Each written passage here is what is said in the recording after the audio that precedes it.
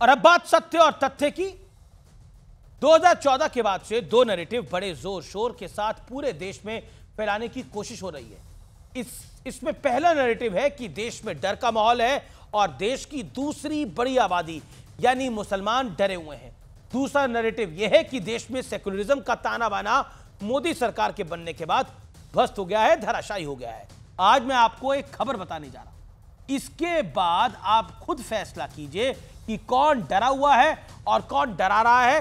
साथ ही यह भी तय कीजिए कि सूडो सेकुलरिज्म के जरिए इस देश को किस गर्त में धकेलने का एक बड़ा प्रयास हो रहा है। कर्नाटक का एक क्षेत्र है मांड्या। मांड्या में गणेश विसर्जन के जुलूस के दौरान 11 सितंबर की रात जोरदार हंगामा होता है। दरअसल मांड्या सर्कल के पास से जब जुलूस गुजर रहा था तब उस पर एक समुदाय की तरफ से कथित तौर पर पथराव किया गया।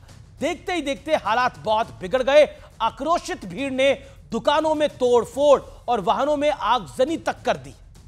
ಆಕಸ್ಮಿಕವಾಗಿ ಅಲ್ಲಿ ಪ್ರೊಸೆಷನ್ ಹೋಗುವಾಗ ಯಾರೋ ಕಲ್ಲು ಹಾಕಿದ್ರು ಅಂತ ರೆಸ್ಪಾಂಡ್ ಮಾಡೋದಕ್ಕೆ ಇವರು ಕಲ್ಲು ಹಾಕಿದ್ದಾರೆ. ಆ ರೀತಿ ಘರ್ಷಣೆ ಮಾಡಿಕೊಂಡಿದ್ದಾರೆ. ಕೋಮುಗಲಭೆ ಅಂತ ಹೇಳೋದಕ್ಕೆ ಆಗೋದಿಲ್ಲ ಇದನ್ನ. ಇಲ್ಲ ಅದೆಲ್ಲ ಇಮಿಡಿಯೇಟ್ ಆಗಿ ಸ್ಪರ್ ಆಫ್ ದಿ ಮೂಮೆಂಟ್ ಅಲ್ಲಿ ಆಗಿರುವಂತದ್ದು. इससे पहले 9 सितंबर को गुजरात के सूरत में भी गणेश पंडाल पर पत्थरबाजी हुई थी। आरोप है कि मस्जिद और आसपास की बिल्डिंगों से पत्थरबाजी की गई। इसकी तस्वीरें हैं।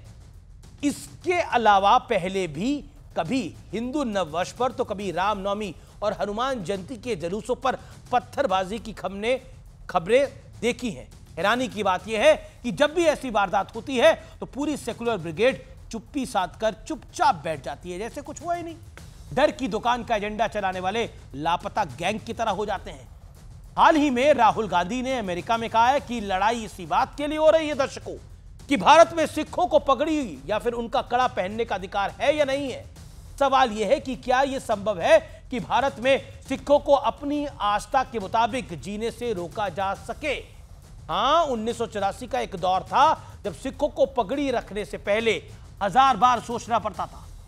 हजारों की संख्या में सिखों को मार डाला गया था। बीजेपी का आरोप है कि कांग्रेस समाज में सियासी फायदे के लिए एक बड़ी दरार डालने की कोशिश कर रही है, साजिश कर रही है। ठीक इसी तरह मुसलमानों को भी 2014 के बाद से डराया जा रहा है। इसका नतीजा हम आए दिन हो रही पत्थरबाजी के रूप में देखते हैं। एक कहावत है, जब तक सच जूता पहनता है झूठ पूरी दुनिया का चक्कर लगा आता है। सवाल यह है कि कोई वोट बैंक के लिए हमारे देश को बांटने का प्रयास करे। क्या यह आपको मंजूर है? इसका फैसला आप खुद कीजिए, इसका निर्णय आप खुद करें।